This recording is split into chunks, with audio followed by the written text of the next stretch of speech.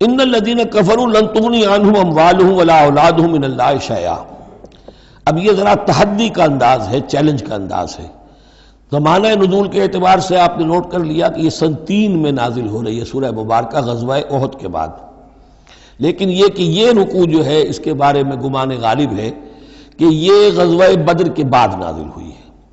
غزوہ بدر جو ہے اس میں ایک طرف مسلمانوں کو بڑی زبردست فتح حاصل ہوئی تھی، تو مسلمانوں کا مورال بہت بلند تھا، لیکن ایسی روایات بھی ملتی ہیں کہ جب مسلمان بدر سے کامیاب ہو کر، غازی بن کر، فتح یاب ہو کر واپس آئے تو جو یہودی قبیلے تھے مدینے کے، ان میں سے بعض لوگوں نے کہا کہ مسلمانوں اتنا نہ اتراؤ، یہ کچھ قریش کے ناتجربہ کار چھوکرے تھے جن سے تمہارا مقابلہ پیش آیا ہے، اگر ہم سے کبھی بات اس کا مقابلہ پیش آیا تو معلوم ہوگا، تب دن میں تارے نظر آئیں گے وغیرہ وغیرہ۔ تو اس پس منظر میں یہ الفاظ کہے جا رہے ہیں کہ نہیں، تمام کفار اسی طریقے سے آخر کار زیر ہوں گے اور اللہ کے دین کو غالب ہونا ہے۔ واللہ غالب علی امرہ ولکن اکثر الناس لا یعلمون۔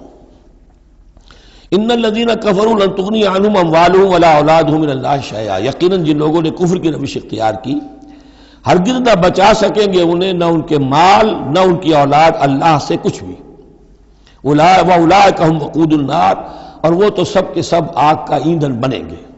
کداب آل فرعون، تمہاری تو حیثیت ہی کیا ہے، چپندی کا شوربہ۔ آل فرعون کا معاملہ یاد کرو، ان کے ساتھ کیا ہوا تھا، شہنشاہ اور بڑے لاؤ لشکر والا، وفرعون ذی الاوتاد، کداب آل فرعون والذین من قبلہم، اور اسی پر کیا اس سے پہلے ثمود اور عاد جیسی قومیں زبردست جو ہیں اسی جزیرہ نما عرب میں رہی ہیں۔ کذبوا بآیاتنا، انہوں نے بھی ہماری آیات کو جھٹلایا تھا۔ فاخذہم اللہ بذنوبہم، تو اللہ نے پکڑا ان کو ان گناہوں کی پاداش میں۔ واللہ شدید العقاب، اور اللہ سزا دینے میں بہت سخت ہے۔ قل للذین کفروا، اے نبی کہہ دیجئے ان لوگوں سے جو کفر کی روش اختیار کر رہے ہیں، ستغلبون وتحشرون الی جہنم، تم سب کے سب مغلوب ہو کر رہو گے، دنیا میں مغلوب ہوگے اور پھر جہنم کی طرف گھیر کر لے جائے جاؤ گے۔ وبئس المہاد، اور وہ بہت برا ٹھکانہ ہے۔ قد کان لکم آیۃ فی فئتین التقطا، تمہارے لیے ایک نشانی آ چکی ہے ان 2 گروہوں میں جو آپس میں جنہوں نے جنگ کی، یعنی بدر کی جنگ ہوئی، اس میں ایک طرف مسلمان تھے، ایک طرف مشرکین مکہ تھے، تمہارے لیے نشانی موجود ہے۔ قد کان لکم آیۃ فی فئتین التقطا، فئۃ تقاتل فی سبیل اللہ، اس میں سے ایک جماعت وہ تھی، ایک گروہ وہ تھا جو اللہ کی راہ میں جنگ کر رہا تھا، وأخری کافرۃ، اور دوسرا گروہ جو ہے وہ کافر تھا۔ یرونہم مثلیہم رأی العین، وہ دیکھ رہے تھے اپنی آنکھوں سے کہ ان سے دگنے ہیں۔ اب اس کے کئی معنی کیے گئے ہیں، ایک یہ بھی ہے کہ مسلمانوں کو تو کھلا نظر آ رہا تھا کہ ہم سے دگنی فوج ہے، بلکہ 3 گنی تھی۔ بعض روایات میں ایسا بھی آتا ہے کہ اللہ تعالیٰ نے کفار پہ ایسا روب طاری کر دیا تھا غزوہ بدر میں کہ انہیں نظر یہ آ رہا تھا کہ مسلمان ہم سے دگنے ہیں۔ تو ایسا ہو جاتا ہے، انسان کی سماعت اور بصارت پر ایسا اثر ہو جائے، تو اللہ تعالیٰ نے یہ کیا، وہ بھی بعض روایات ہیں۔ واللہ یؤید بنصرہ من یشاء، اور اللہ تائید فرماتا ہے اپنی نصرت سے جس کی چاہتا ہے۔ ان فی ذلک لعبرۃ، اس میں یقیناً ایک عبرت ہے، سبق آموزی ہے، لأولی الابصار، لیکن یہ عبرت اور سبق آموزی صرف ان کے لیے ہوتی ہے کہ جو آنکھیں رکھتے ہوں، جن کے اندر جو ہے دیکھنے کی صلاحیت موجود ہو۔ اب یہ آج بڑی اہم آ رہی ہے فطرت انسانی کے اعتبار سے۔ ظاہر بات ہے کہ چونکہ یہاں خاص طور پر میں نے عرض کیا تھا کہ یہود کی طرف ایک جو ہے وہ ایک روح سخن موجود ہے اہل کتاب کی طرف، اور اس واقعے کے اندر تو خاص طور پر جن لوگوں کے اندر کہ یہ دنیا کی محبت زیادہ شدید ہوتی ہے، تو اس کا ایک اصل بتا رہے ہیں کہ یہ واقعتاً اللہ نے فطرت انسانی میں رکھی ہے، اس لیے کہ یہ دنیا جو ہے اسے اللہ نے چلانا ہے، اس کی رونقیں رکھنی ہے جب تک اس کی مرضی ہے، قیامت تک تو اسے آباد رکھنا ہے۔ اولاد پیدا ہوگی تو دنیا قائم رہے گی، نسل چلے گی، مرد اور عورت کی ایک دوسرے کے ساتھ کشش ہوگی تو اولاد پیدا ہوگی، اور یہ تمام چیزیں جو ہیں، دولت کی کوئی طلب ہوگی تو آدمی محنت کرے گا، مشقت کرے گا، کمائے گا۔ تو اس لیے یہ چیزیں فطرت انسانی میں ہیں، یہ بیسک اینیمل انسٹنکٹس ہیں۔ بس ضرورت اس بات کی ہوتی ہے کہ انسٹنکٹس کو دبا کر رکھا جائے، اللہ کی محبت، اللہ کی شریعت کو اس سے بالا تر رکھا جائے، بس یہ نہیں ہے کہ ان کو ختم کر دیا جائے۔ سیلف انیہیلیشن اسلام میں نہیں ہے، یہ رہبانیت ہے کہ اپنے نفس کو کچل دو، ختم کر دو، نہیں، سیلف کنٹرول، اپنے آپ کو کنٹرول میں رکھو۔ یہ منہ زور گھوڑا ہے نفس انسانی کا، لیکن جتنا طاقتور گھوڑا ہوگا اتنا ہی آپ کے لیے تیز دوڑنا جو ہے وہ آسان ہوگا، لیکن جتنا منہ زور اور طاقتور گھوڑا ہے اتنا ہی اسے قابو میں رکھنے کی ضرورت بھی ہے، ورنہ اگر اس کے رحم و کرم پر سوار آ گیا تو جہاں چاہے گا پٹخنی دے دے گا۔ تو اس اعتبار سے سیلف کنٹرول ہو، گھوڑا پورا قابو میں ہو۔ البتہ یہ ہے کہ سیلف کو، اپنے نفس کو، اس کو کچل ڈالنا، سیلف انیہیلیشن، یہ اسلام میں نہیں۔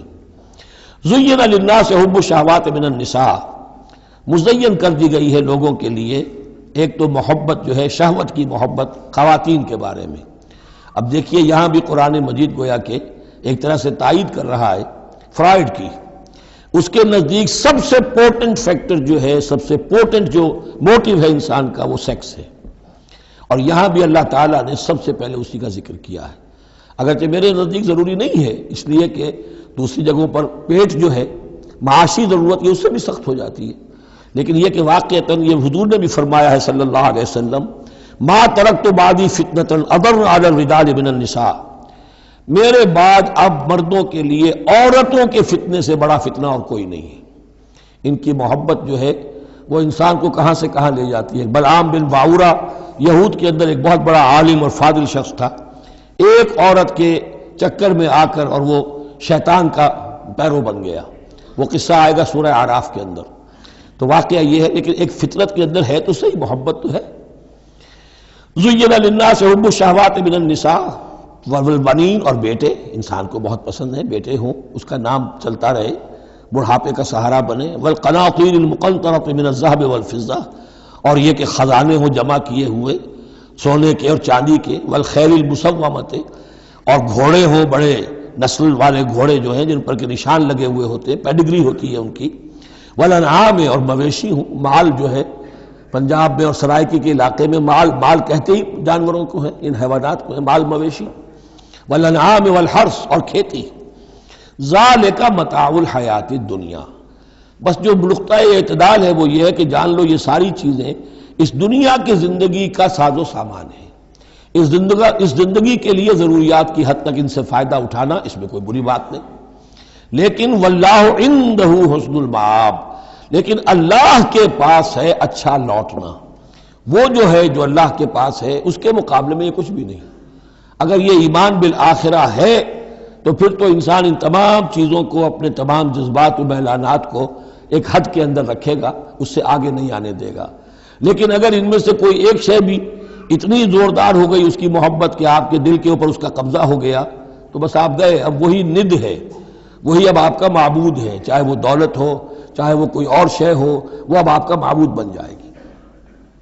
قُلْ أَنَبِّئُكُمْ بِخَيْرٍ مِّن ذَلِكُمْ، ان سے کہیے کہ کیا میں تمہیں بتاؤں کہ ان تمام چیزوں سے بہتر شے کون سی ہے؟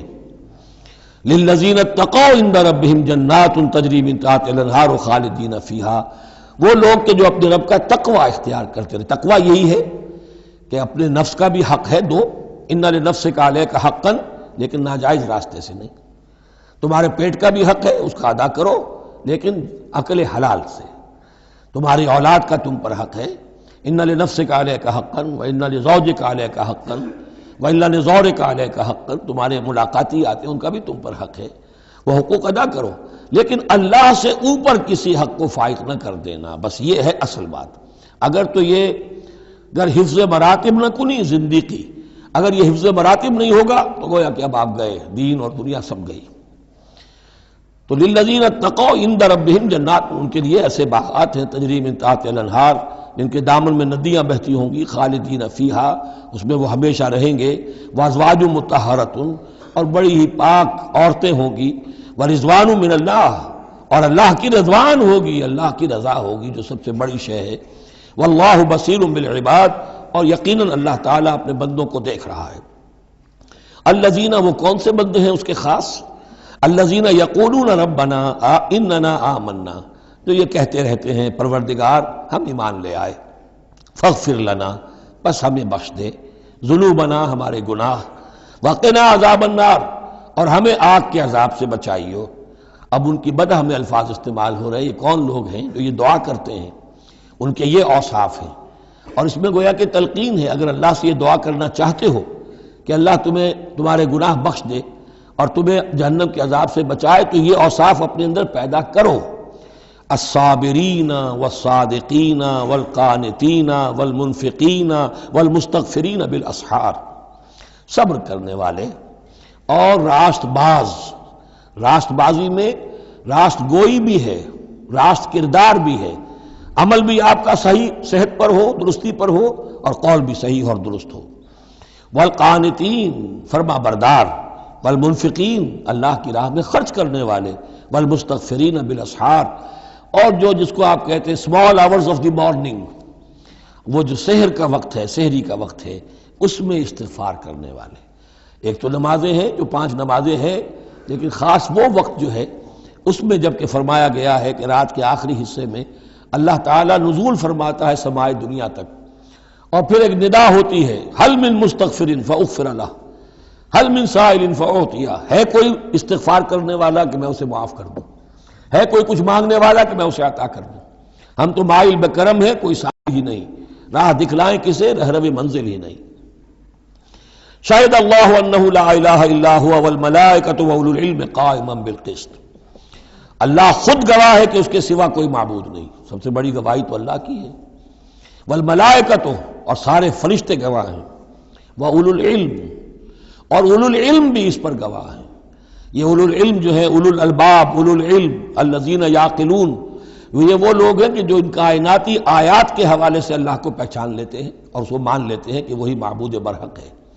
جو ہم نے 20ویں رکوع کی پہلی آیت پڑھی تھی سورہ بقرہ کی، ان فی خلق السماوات والارض واختلاف اللیل والنہار والفلک التی تجری فی البحر بما ینفع الناس، اور یہ تمام بہت سے فینومینا آف دی نیچر بیان کر کے لآیات لقوم یعقلون، تو جو یعقلون ہیں، جو اولو الالباب ہیں، اولو العلم ہیں، وہ بھی گواہ ہیں کہ اللہ کے سوا کوئی معبود نہیں۔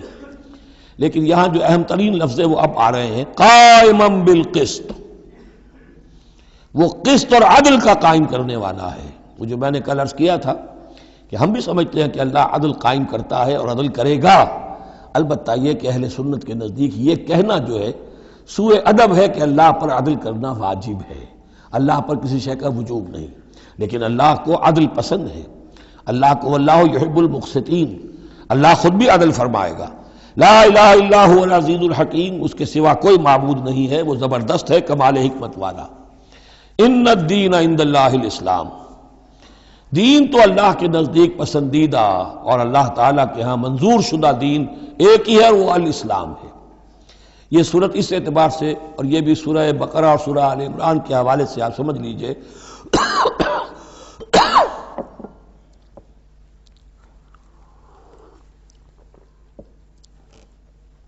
سورہ بقرہ میں ایمان پر زیادہ زور ہے۔ آمن الرسول بما انزل الیہ من ربہ، ایمانیات، شروع میں بھی ایمانیات، درمیان میں آیا بر میں ایمانیات۔ اس سورہ مبارکہ میں اسلام پر زیادہ زور ہے۔ اب ان دونوں میں بھی ایک نسبت ہے خاص، جس کو بھی تفصیل میں جانے کا موقع نہیں ہے۔ ان الدین عند اللہ الاسلام، آگے چل کر آیت آئے گی وَمَن يَبْتَغِ غَيْرَ الْإِسْلَامِ دِينًا فَلَن يُقْبَلَ مِنْهُ، اگر کوئی شخص اسلام کے سوا کسی دین کو قبول کرے گا وہ اس کی جانب اللہ کے ہاں منظور نہیں ہوگا۔ وَمَا اخْتَلَفَ الَّذِينَ أُوتُوا الْكِتَابَ إِلَّا مِن بَعْدِ مَا جَاءَهُمُ الْعِلْمُ بَغْيًا بَيْنَهُمْ، یہ اسلام ہمیشہ سے چلا آ رہا ہے، حضرت آدم سے اسلام چلا آ رہا ہے۔ یہ وہی آیات جو تھی، آیت الاختلاف، اس کا گویا کہ خلاصہ آ گیا، اور جن لوگوں نے اختلاف کیا ہے، یہ پگڈنڈیاں نکالی ہیں، غلط راستوں پر مڑ گئے ہیں، تو یہ اس کے بعد کہ ان کے پاس علم آ چکا تھا، اور اصل سبب بغیم بینہم، ضدم ضدہ، دی ارج ٹو ڈومینیٹ۔ ومن یکفر بآیات اللہ، اور جو کوئی اللہ کی آیات کا انکار کرتا ہے، فإن اللہ سریع الحساب، تو اللہ تعالیٰ کو حساب لیتے دیر نہیں لگے گی، وہ بڑی تیزی کے ساتھ حساب لے لے گا۔ فإن حاجوک، پھر اے نبی اگر یہ آپ سے محاجہ کرتے ہیں، حجت بازی کرتے ہیں، دلیل بازی کرتے ہیں، مناظرے کرتے ہیں، فقل، تو آپ تو آخری بات کہہ دیجئے، دو ٹوک، فقل اسلمت وجہی للہ ومن اتبعنی، دیکھو بھائی میں نے تو اپنا چہرہ اللہ کے سامنے جھکا دیا ہے، اور انہوں نے بھی جو میرا اتباع کر رہے ہیں، ہم نے ایک راستہ اختیار کر لیا، لکم دینکم ولی دین، ہمارا یہ راستہ، تم جدھر جانا چاہتے ہو جاؤ، جس پگڈنڈی پر مڑنا چاہتے ہو چلے جاؤ، جس کھائی میں گرنا چاہتے ہو جاؤ، دفع ہو جاؤ۔ فَقُلْ أَسْلَمْتُ وَجْهِيَ لِلَّهِ وَمَنِ اتَّبَعَنِي وَقُلْ لِلَّذِينَ أُوتُوا الْكِتَابَ وَالْأُمِّيِّينَ، اور اے نبی کہہ دیجئے ان دونوں سے، ان سے بھی کہ جنہیں کتاب دی گئی تھی پہلے، یعنی یہود اور نصارہ، والأمیین، اور ان سے بھی کہہ دیجئے کہ جو مشرکین عرب ہیں ابھی بقیہ عرب میں، تم بھی اسلام لاتے ہو یا نہیں، تابع ہوتے ہو کہ نہیں، اللہ کے سپرد اپنے آپ کو کرتے ہو کہ نہیں۔ فَإِنْ أَسْلَمُوا فَقَدِ اهْتَدَوْا، اگر وہ بھی اسی طریقے سے اسلام لے آئیں تو ہدایت پر ہو جائیں گے۔ وَإِنْ تَوَلَّوْا فَإِنَّمَا عَلَيْكَ الْبَلَاغُ، پھر اگر وہ رخ پھیر لیں، منہ موڑ لیں، تو اے نبی آپ پر کوئی ذمہ داری نہیں ہے سوائے پہنچا دینے کی۔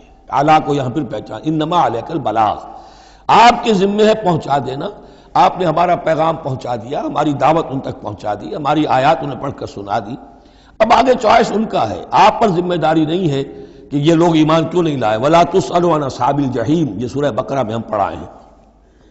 وَاللَّهُ بَصِيرٌ بِالْعِبَادِ، باقی اللہ تعالیٰ اپنے بندوں کو دیکھ رہا ہے، وہ ان سے حساب کتاب کر لے گا، وہ معاملہ اس کا ان سے نبٹ لے گا۔ آپ کے ذمہ جو فرض تھا آپ اس فرض کو ادا کرتے رہیے۔